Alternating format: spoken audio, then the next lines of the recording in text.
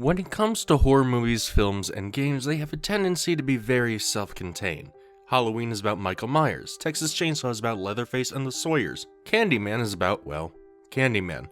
But there's a specific genre of horror movie that spits in the face of this singularity: crossover films. You can probably name the two big ones, and those are going to be the primary films of discussion for this video, but I do want to point out some of the lesser known crossovers as well. What's important to recognize about horror films and crossovers is that the idea is almost never rooted in scaring the audience. Typically speaking, horror movie crossovers are either a way to simply combine audiences, or sometimes they're even just passion projects from the creators. The mere premise of series colliding on the big screen is such an endeavor that it usually turns into simple fisticuffs between two titans of the screen. From the beginning, you had films like Dracula vs. Frankenstein, back in the days when the universal depictions of the characters were what was popular. Since then, we've seen several horror crossovers follow this head-to-head versus format. Technically speaking, you could consider Godzilla vs. Kong to be one of these, but I don't. Then there's Lake Placid vs. Anaconda, the king of all B-movie crossovers.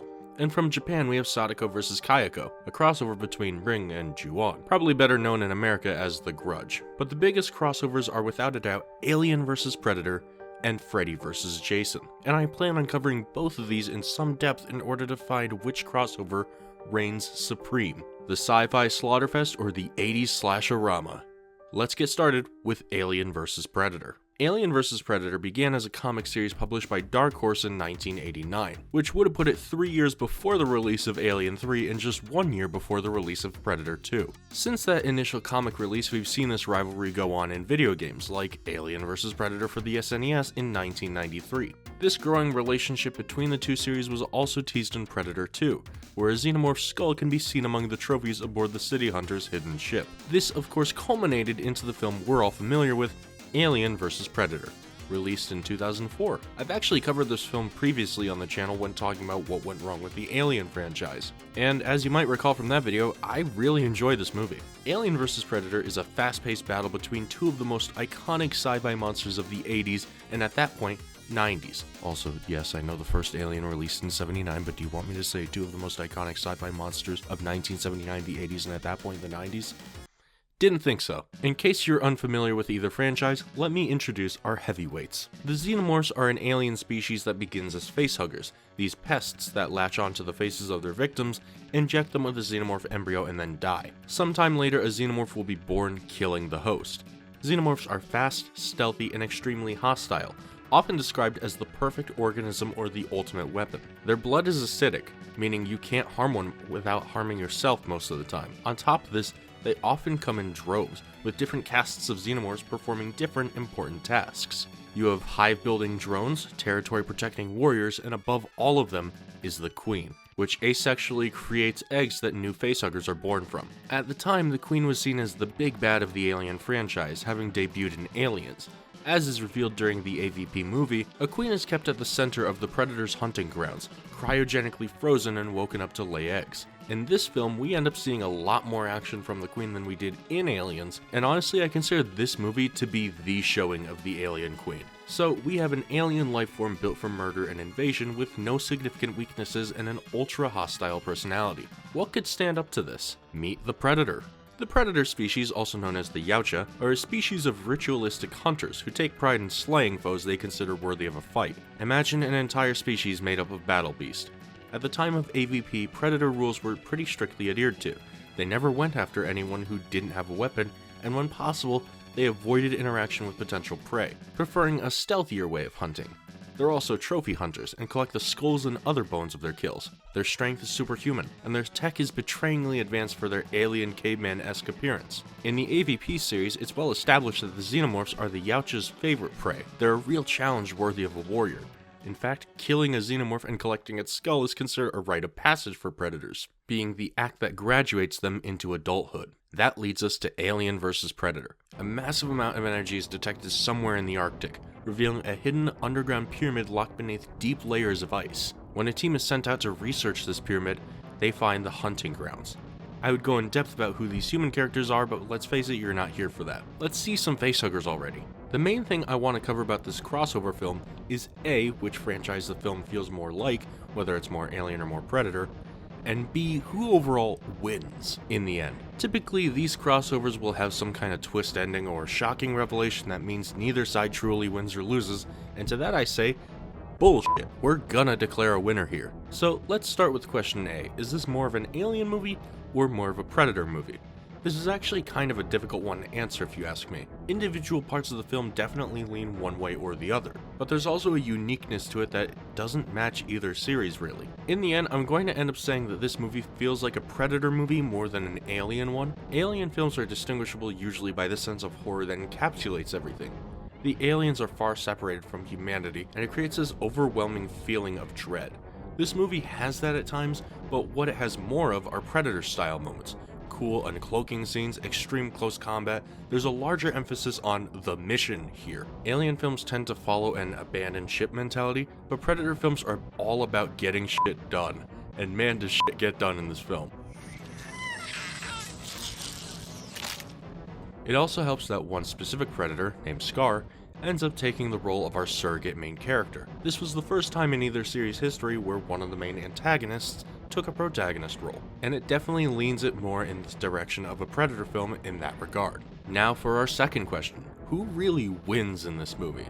Well, to find that we need to determine the win condition. For the Predators, it's pretty simple. Kill at least one xenomorph each and dismantle the pyramid to prevent an infestation from leaving the hunting grounds. They should also preferably escape alive, but dying an honorable death is not necessarily wrong either. For the xenomorphs, it's even more simple. Kill every fucking thing they come across and survive to breed the next generation of xenomorphs. Going off of these win conditions, I gotta tell you, the Predators kinda ate shit during this movie. Throughout the film, we follow 3 young blood Predators, Scar as I mentioned, and then Celtic and Chopper. Don't ask me why a space alien is named Celtic, he just is. Neither Chopper nor Celtic ever actually kill a xenomorph in this film though. Both of them end up being killed by the same xenomorph, a unique one to this film named Grid. Although Scar is able to eliminate the majority of xenomorphs when the pyramid explodes at the end of the movie, he is ultimately killed from battle injuries sustained while fighting the Queen xenomorph. On top of that, he was also face-hugged earlier in the film, sprouting a little Predalien chestburster at the end. All in all, these Predators got their shit rocked. 2 of them never became adults, and the one who did was an adult for all of like 2 hours before he died, and he wasn't able to actually eliminate every xenomorph. But demuted, I'm sure you're saying. Didn't he kill the Queen xenomorph in the end? And granted, you are kinda right, but this scene looks a lot different now than it did in 2004. With the release of Alien Romulus, we got new confirmation about the xenomorph's resistance to their environment. If they're in an environment where, for example, they couldn't breathe, or it was too hot or too cold, they'd create a resin cocoon around themselves to survive. Xenomorphs don't need much to stay alive, including eating. So when the alien queen is defeated in this film by being dumped into Arctic waters, we can kind of expect that she survived. I mean, if they can survive the vacuum of space, I don't think this would be unreasonable. By all accounts, the Xenomorphs won. They killed as many as they could, including all the Predators sent to eliminate them, and they secured the next generation of Xenomorphs with the Predalien chestburster and the likely surviving queen. This round goes to the aliens. All in all, I think Alien vs. Predator is a fine film that nestles itself neatly into either franchise's history. It's clear that when it came to combining these series, the comic book writers, video game developers, and filmmakers took it as an opportunity to really build something special. A problem with a lot of crossovers, not just in horror, but in media as a whole, is that they often feel invasive and in some ways destructive. For example, and this is probably gonna get me some flack, I did not care for all the cameos in Avengers Endgame. Are you really going to tell me that movie needed fucking Wong to show up in order to feel complete and tell its story? Alien vs. Predator though is different. It creates a mutual lore that, although it can be overlooked when looking at each franchise individually, becomes rewarding when you look at the franchises together. In my eyes, Alien vs. Predator is one of the best examples of how to do a crossover, regardless of the quality of the film itself. And let's be real, this thing gets cheesy, downright cartoony at times, and you could not pay me to remember a single human character's name that isn't Lex or Wayland. Still, the makings of a fantastic crossover are littered throughout, and it's a movie that always just makes me happy to see it. Now on to Freddy vs. Jason. This is probably the larger film between the two, but like Alien vs. Predator, it comes as a result of years of intended collaboration. With the, at the time, last Friday the 13th film sending Jason directly to hell, that movie also teased a future crossover with Freddy Krueger, as he can be seen pulling Jason down into hell by his mask. However, that movie released in 1993, and audiences would have to wait a full 10 years before they saw it actually come to fruition in 2003. Although the Alien and Predator series had been teasing the crossover on the big screen for years, at least they still had supplemental comics and video games to wait for the big movie to finally happen. With Freddy vs. Jason, that wait was more of a dry period. Kind of. Between Jason Goes to Hell and Freddy vs. Jason, we did get one more Nightmare on Elm Street movie, Wes Craven's New Nightmare, a super meta movie about a demon taking the form of Freddy Krueger to torment Heather Langenkamp, the actress who originally played Nancy in the first Nightmare film. This movie, by the way, is definitely one I want to talk about in the future. It's a very bizarre movie that feels like Wes Craven playing around a lot with more meta horror commentary. In many ways, it feels like a beta version of what Scream would end up being. Back on topic, the main premise of this film actually pretty much entirely revolves around the Fred Man. Freddy wants to return to Springwood to terrorize the hip, modern teens of the early 2000s, but he can't really do anything about that right now. This film establishes that Freddy's powers are directly tied to his popularity. If people don't remember him, he's effectively powerless. He explains all of this in a monologue to the audience, by the way. Not strong enough yet. Well, I will be soon enough. Until then, I'll let Jason have some fun. I shouldn't have to explain why this being the crux of the plot is really dumb, but in case it's not clear, by this movie's logic, the first Nightmare on Elm Street movie never should have happened. I mean, Nancy and Freddy's other victims never really knew who Freddy was at first. They had to find the truth out later. You could argue that because Freddy was alive and well in the memories of the parents of Springwood, he was able to draw power, but that only brings up another issue. That being that everyone and their fucking dog should know who Freddy Krueger is in this universe. If you didn't know, within the continuity of the Nightmare series at this point in time, Freddy Krueger has killed every single teen and child in the entire state of Ohio. Even if there's no more teens left in Ohio, you're gonna tell me that there's no parents left to remember this guy? It's just a really weird plot detail and it's bothered me for so long, and this is my channel so I get to talk about bad plot points all I like, and don't worry, we will be talking about the really big one later. Anyway, Freddy decides that in order to get the people of Springwood to remember him, he needs a proxy who can actually get some killing done in the real world. To do this, he recruits Jason, giving the walking undead the kick in the ass he needs to get his gooey ass up to go kill some teens. Starting with a dude hanging out at the original house from the first Nightmare movie. I bet that kill felt pretty good. For the mattress, I mean. I don't think that guy's having a good time. Side note, something I love about this scene is how he keeps holding on to the beer. It's such a funny detail to me, but it just cements the feeling of this movie, kind of a frat bro horror movie where nothing really matters except the gratuity of it all. So for the first part of this movie, it's not really Freddy versus Jason, it's more so Freddy with Jason. Things only change when Freddy thinks Jason's getting a bit too rambunctious, killing people and making a name for himself rather than reigniting Freddy's popularity. So let's get to the weigh-in for Freddy vs. Jason. By the way, before this movie released, there was actually an official weigh-in, so definitely check that out if you're interested, it's pretty comical. Jason, there's been a great deal of controversy about your training methods. How do you respond to that? No comment. Jason is the quintessential slasher. He's strong, silent, uses a variety of weaponry, and can be pretty creative with his kills. He's on the slower side of things, but he's usually still intelligent enough to plan his kills to a degree. At this point in the series, Jason was actually in his zombie era, having risen from the dead multiple times, making him nigh unstoppable compared to his previously human form. Jason's real weakness, as well as his whole motive for killing, is his dedication to his mother. Pamela Voorhees believed Jason to be dead after drowning at Camp Crystal Lake, and decided to enact her vengeance on the camp counselors to come. After his mother is killed by one of these counselors, Jason takes up a bag mask and then a hockey mask to exact his revenge. He's then killed and subsequently revived by Tommy Jarvis, and since then he's pretty much just been doing his own thing. Killing, dying, reviving, rinse and repeat. Freddy meanwhile has pretty much always been dead in these films. In his life he was a serial killer who killed the children of Springwood. Depending on the iteration of the story, he was either never officially caught by the police, let go due to a mistrial, or was simply found not guilty because of a lack of evidence. However, whatever the reason, Fred Krueger being a free man was not something the parents of Springwood could tolerate, so they torched his workshop with him inside, burning him to death. There's also dream demon stuff, but that really isn't important. The main thing is that Freddy's vengeful spirit now haunts the dreams of children whose parents murdered him. If you die in the dream, you die in real life, and with Freddy's limitless power in the dream realm, that's all but a guarantee. By the way, in my video on the Nightmare remake, I made sure to mention that the Robert Englund version of the character was not a pedophile like the Jackie Earle Haley one. I don't think I was clear in that video because I was only referencing the first film, where it was going to be a plot detail, but was cut out. Later films would imply this much more explicitly, but still nowhere near to the extent of the remake film. And even then, that is either a detail that is never mentioned in the preceding films, or is glossed over incredibly quickly.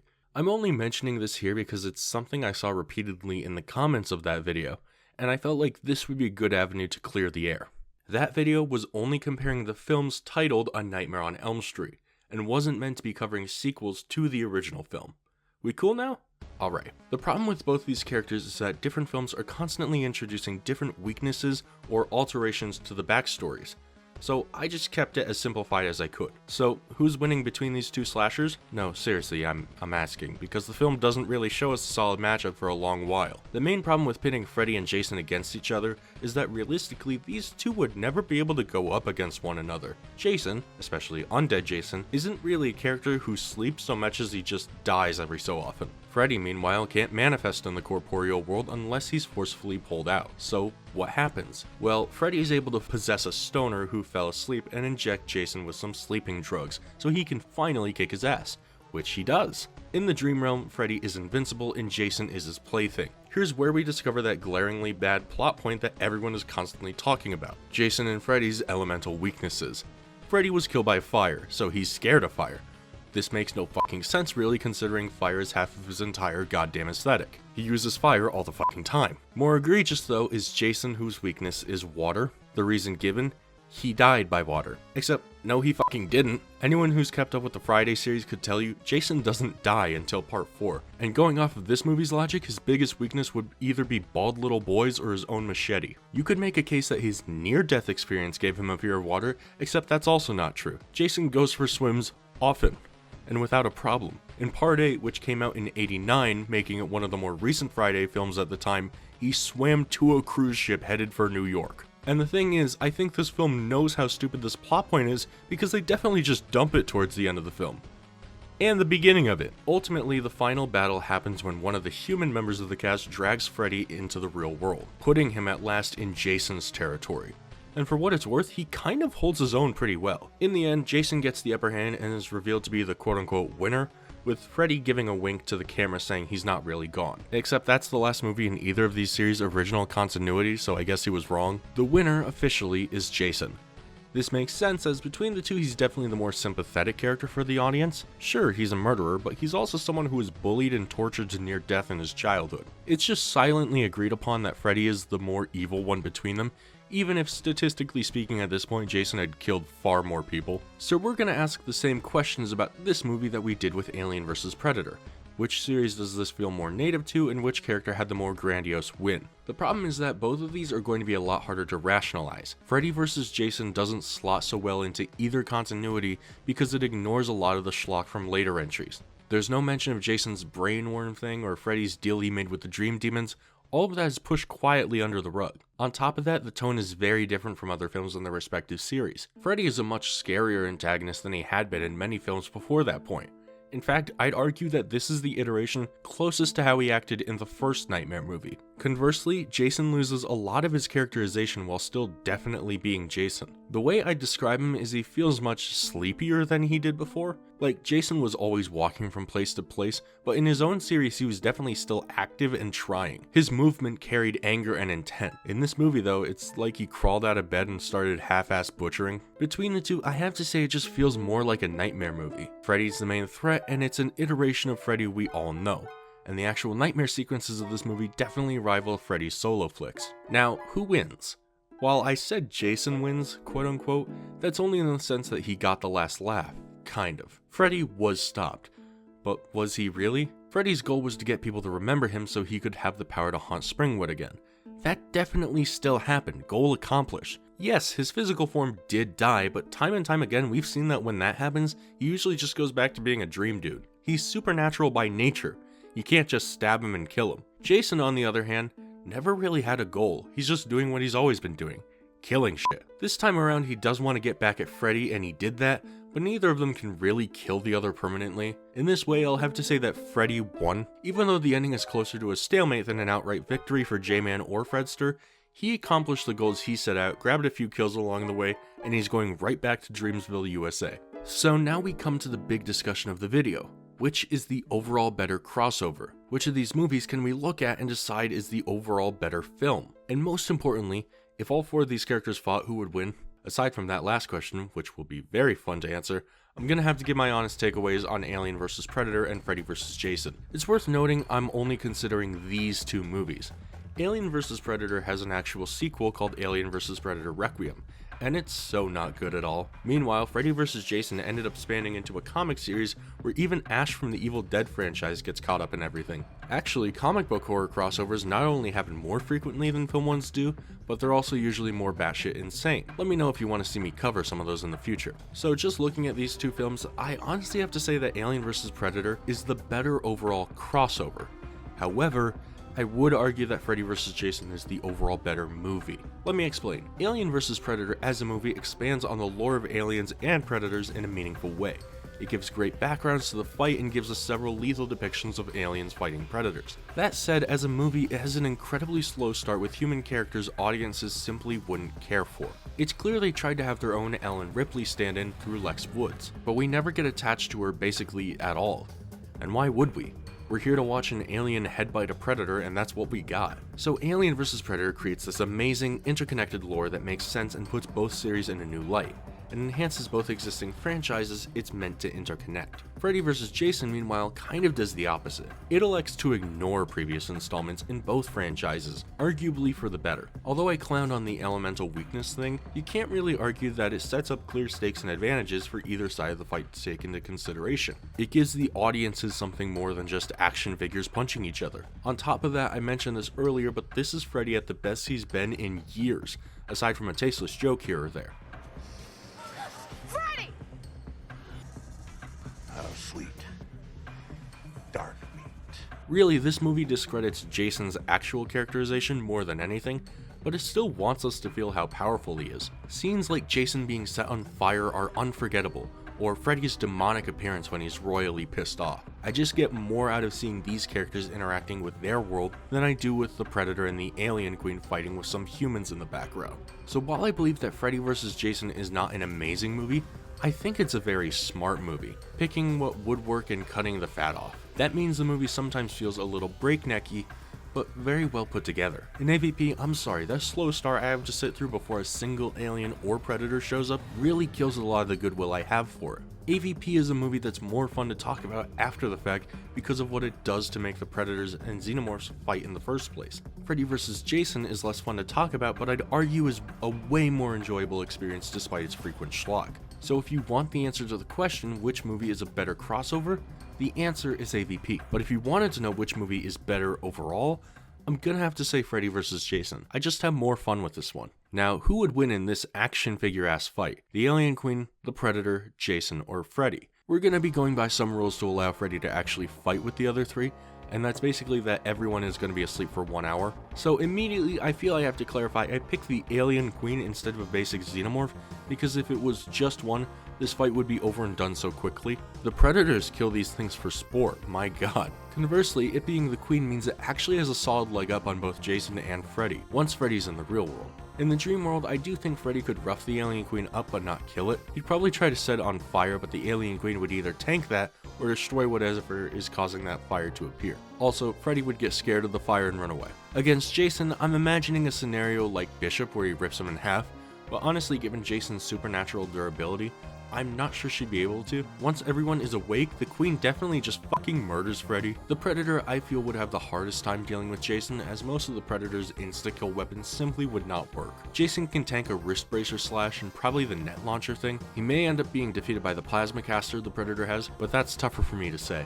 Regardless, the Predator, I would argue, is gonna go down easier than Jason, and probably quicker, as I doubt it's not prepared to go against an opponent that looks human, but feels no pain. Freddy could do some real damage to Jason or the Predator in the dream world, ping-ponging them around his nightmare world. I think the Predator would try to cloak, but Freddy would deactivate it, and probably punish the Predator for trying it. I honestly don't think the Predator is making it out of the dream world, as although the Predators are durable and tough, they aren't impossible to kill. This would be a challenging opponent for Freddy, but honestly probably the easiest opponent for him to kill in this scenario. That brings us to Jason, whose biggest advantage he has is that of these four, he's the only one with some sort of immunity to pain, meaning he's not going to stagger very much when he's stabbed or slashed. Like I said earlier, I see him holding his own against Freddy and the Predator, but his biggest weakness is going to be the Xenomorph Queen. Hell, I'd argue a regular Xenomorph could probably take Jason out. As soon as he gets a slash in, it's game over. No more machete due to acid blood, and probably no more arm either.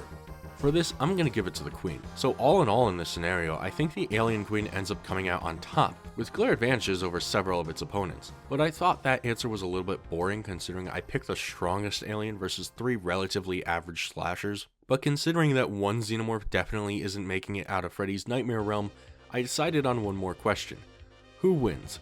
1 billion Xenomorphs or 100 Freddy Kruegers? But this question was beyond my answering. 1 billion is a huge number, but Freddy could so easily kill Xenomorphs. Was 100 of him even necessary? So I took a poll on Twitter and even on YouTube, and I got my answer. The majority of people said 1 billion Xenomorphs. Through lengthy discussion with my friends, we simply came to the conclusion that 1 billion is just an astronomically larger number than 100, that Freddy simply wouldn't be able to kill every Xenomorph before being overwhelmed. So how many Freddy Kruegers does it take to kill 1 billion Xenomorphs? Well, if I had to guess, we'll call it a chill 50 to 100 million.